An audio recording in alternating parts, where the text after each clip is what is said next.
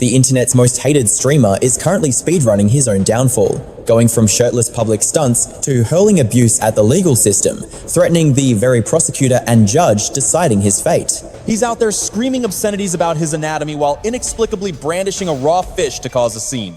He literally said, "Tell the judge to suck it, I'll drop a fish at his mom's house, I don't care." Johnny is on a solo mission to completely implode, and at this rate, the dictionary definition for digging your own grave is just going to be a picture of his face. The last time I covered this guy, he was branding himself as a villain channel, promising to do whatever twisted stuff his chat demanded so long as the cash kept flowing in.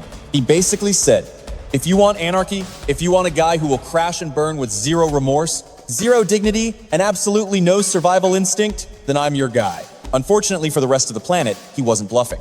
Since then, he's spiraled into even deeper degeneracy, crossing every red line imaginable just to cling to the tiny scrap of fame he has left. And as if that wasn't awful enough, authorities in Korea are now investigating him for an offense so vile that it overshadows every other stunt he's pulled. We're talking about serious police custody here, with his case forwarded to prosecutors for potential charges involving minors. Hello, I'm the Internet Anarchist. I drop weekly deep dive docs, and today we're examining the absolute train wreck that is Johnny Somali and how he somehow found a way to hit rock bottom and then start digging. Plus, in a twist that makes zero sense, we'll see how his toxic behavior might paradoxically be paving the way for a better reality everywhere else. But until that silver lining appears, we're all stuck, dealing with a guy like Johnny who decided his rap sheet wasn't long enough and started terrorizing other streamers, just to add more charges to the pile. Nana! What's up, Nana? Go away. Seriously, get lost. He actually went stream sniping a creator known as Slightly Homeless, ambushing him out of nowhere, just to hijack his content. Oh, what? Wait, cut the camera. Hold on, who's filming? Hold up, you setting me up? Is this a setup? Bro, are you gonna kill me or something? Slightly Homeless knew exactly who Johnny was and wanted absolutely nothing to do with him. But when he tried to leave, Johnny started chasing him down the street like a total maniac. I think it's too late. I didn't do anything. I seriously didn't do anything. You're literally stalking me right now. I gotta go. I gotta bounce. I need to leave. I'm leaving. Bro. I don't have any, man. From that point on, he kept hunting Slightly Homeless, watching his stream to track his location and pull up on him, all while harassing Slightly Homeless's girlfriend, a Japanese streamer named Nana. Nana, what's up, Somali? Nana, Somali. Nana, it's Somali. Go away. He tried to high-five me? Go away. Get lost. Go away. Leave. Go away. Go away. And when they refused to put up with his stalking, he went full psycho mode and started hurling slurs and extremely foul language at Nana. Remember when I told you? Why were you saying that? The only way they could escape Johnny was to hide inside a police station. Johnny, is someone chasing you? A question he answered by threatening to smack Nana and stalk her again the very next day. Let Nana come over. I'll slap that girl right in front of her boyfriend. 1 year in the slammer? Who cares? I am coming for that girl tomorrow. If Nana hits that go live button, I am hunting her down. You really think one little police report is going to stop me? If she is streaming, I will be there. Mark my words, it is happening. So they actually managed to file a report, and Johnny got slapped with yet another misdemeanor charge. But did that slow him down? Not a chance. Inside his twisted head, he is completely innocent. He is like, where is she? She is not even outside. He is arguing with the judge, claiming it was just some harmless dancing on the bus. He is literally asking, since when is shaking my rear a crime? Well, buddy, when you force it on strangers, that is called harassment. Congrats, you played yourself. This guy is officially losing his marbles. The reality of consequences is finally starting to creep in. So what does he do? He doubles down. He walks into a convenience store and blasts music at full volume, completely disrupting the business and everyone inside. Mind you, this is the exact same nonsense he is already facing charges for. Then he goes home and decides it is a brilliant idea to call the cops and argue about the report Slightly Home filed against him. With his buddy Hank backing him up, he tries to convince them the whole report is bogus. Like the police are just gonna take their word for it and drop everything right there. The scary part? He probably thought it would work, because when they did not buy it, he went ballistic, screaming at the officer, telling him to shut his mouth, calling him an idiot. And if that was not bad enough, the very next day, he is out in public, shaking his backside, wearing nothing but his boxers. He is screaming at bystanders, telling them to call 911, yelling at them, "Call the police right now, bro! Do it, call them!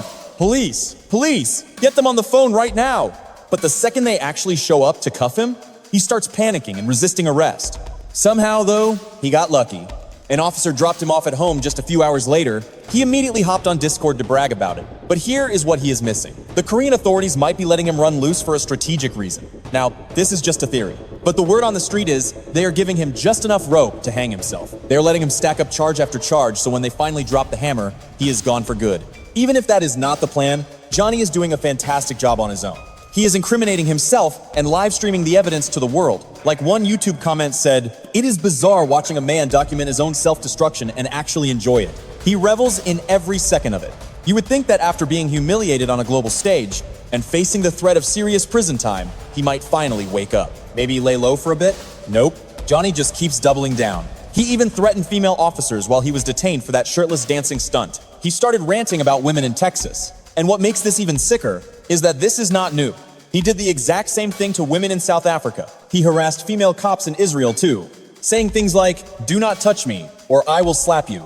He even referenced a certain politician, saying he would grab them just like he heard on the news. Then he spewed even more vile threats at the streamer Moxie, calling her a dirty, filthy mess, and telling her to keep his name out of her mouth while insulting her looks. But do not worry, he has a 200 IQ master plan to avoid jail.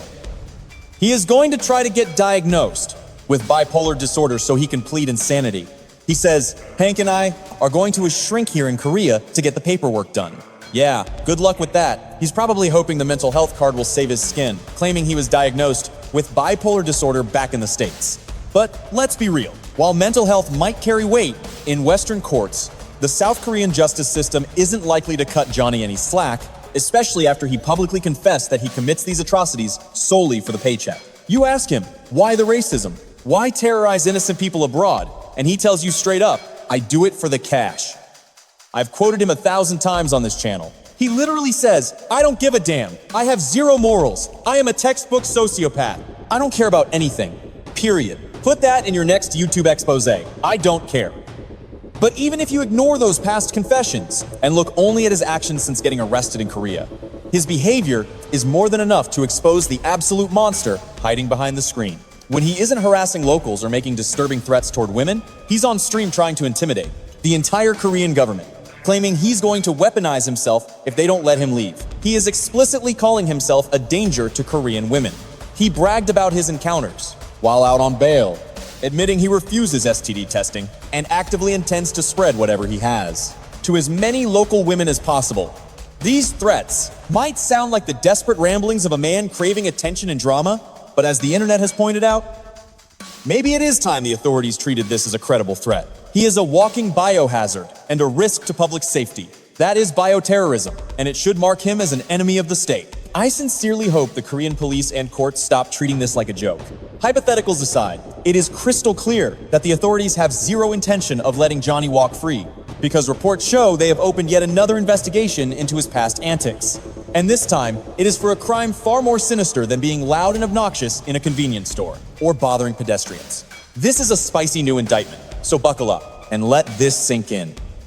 This goes back to when Johnny visited the Lotte World theme park. He left his Bluetooth speaker open, letting donors play whatever audio they wanted, and it was exactly the disaster you'd expect. At one point, while surrounded by families and kids, the text-to-speech on his speaker started blasting a vile Korean phrase on loop that basically translates to, "I want to do unspeakable things to children." Now, he might try to argue he didn't understand the language, claiming he had no idea what the robotic voice was actually saying.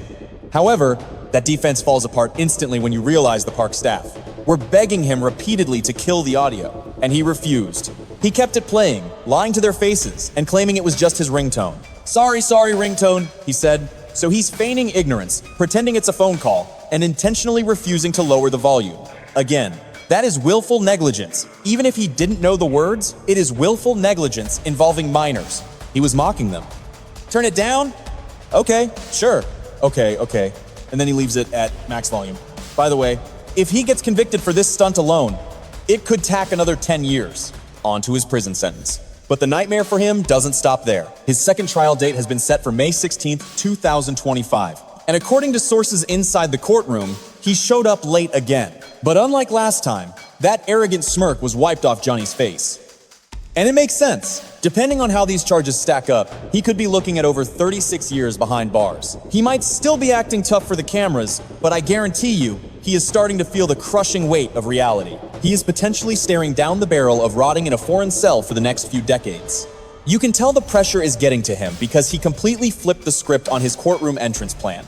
Originally, he wanted to walk in there, decked out in a full-blown black KKK robe. I am not kidding. Imagine pulling a stunt like that in front of a judge. It is absolute insanity. Just pure, unadulterated madness. The guy didn't just talk about it. He actually commissioned a custom-made outfit.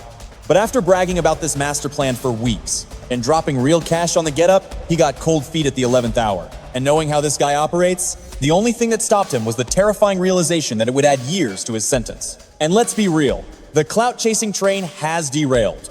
There is no payout waiting for him since he got permanently nuked from all the lucrative streaming sites. Platforms like Kick want nothing to do with him. So right now, he is torpedoing his entire existence for absolutely $0. To quote the man himself, it is just not worth the hustle anymore. Yeah, no kidding. But here is the brutal truth for Johnny.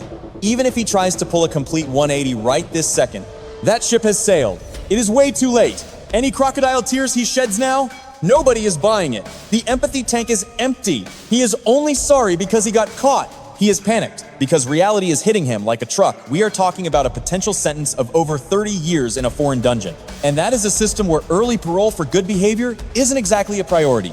So, what's his defense? He tried to pull the blame it on the booze card. You know the drill. Claiming the liquor is the only reason he acted out, while simultaneously chanting his mantra of never back down, never give up. Yeah, right. He keeps repeating that like it excuses everything. He is out here saying, I'm just trying to improve, and I'd be a total saint if it weren't for the drinks. Alcohol brings nothing positive to my life, you know? Just rambling excuses. But much to his horror, the internet isn't stupid. Nobody is falling for that sob story. One comment summed it up perfectly. Zero accountability. Now he's just using the bottle as a scapegoat for being a terrible person. What a joke. But look, the real reason why Johnny is suddenly acting humble is because the walls are closing in. His support system has completely collapsed. He literally begged the owners of Kick to unban him, crying about how he's not a bad person and just wants his stream key back. I just want to stream on Kick.com again. I want to move past this.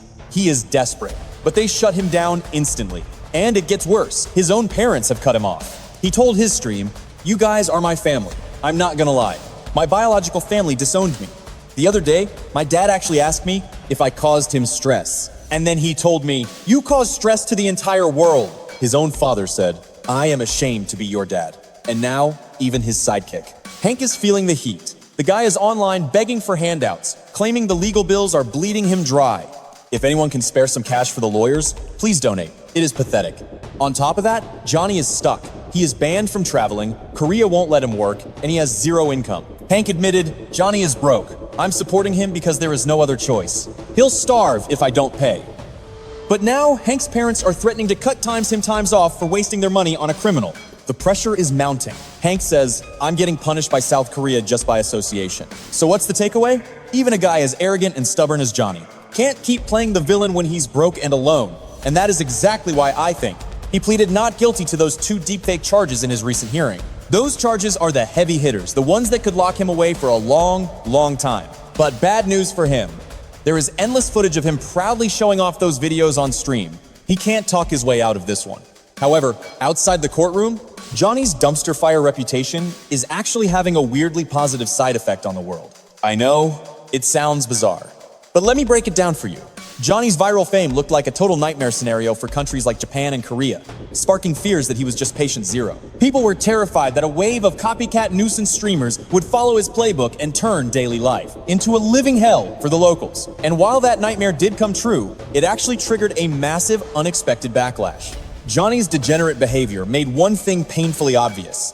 The only way to shut these toxic clout chasers down is to get in their face. The locals are absolutely done letting these entitled streamers run wild in their streets. Just listen to this.